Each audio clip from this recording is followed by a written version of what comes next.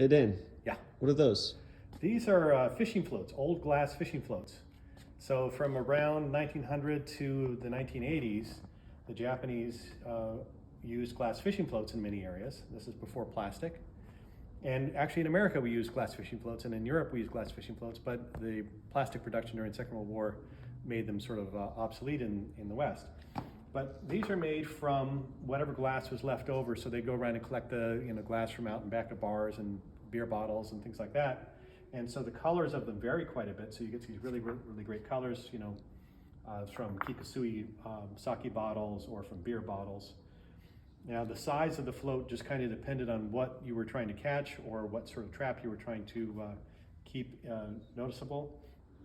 The netting itself is something that varies over time. So in the early days, there was a lot more labor and people made these really intricate, beautiful nets. And then over time it becomes simpler, and then eventually they've just got a plastic case over them.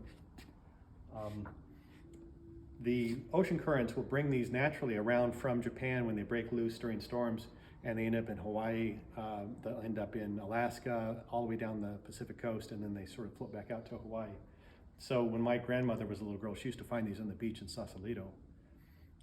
But there's different shapes also, so something like this is called a rolling pin because it was easier to tie onto the nets. You didn't have to create the net around it, but at the same time, this style is not as durable as a sphere.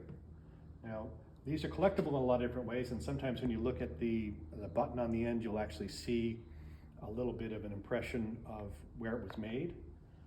Other things that are sort of interesting and unique, like this has got a spindle. I don't know if you can kind of see that, but there's a little string of glass in the middle, and that type is very collectible and can be worth hundreds of dollars. Others will have things like this, which is the little button on the glass popped off when it cooled, and they call that a rattler. There's others that have water in them as well, and that's mostly because the seal isn't perfect, and this goes sometimes underwater, and a little bit of water will leak into it. But they're a beautiful thing. They're great in collections. There's a lot of people collect, specific types, but I just think they're a beautiful, handmade, hand-blown, unique item.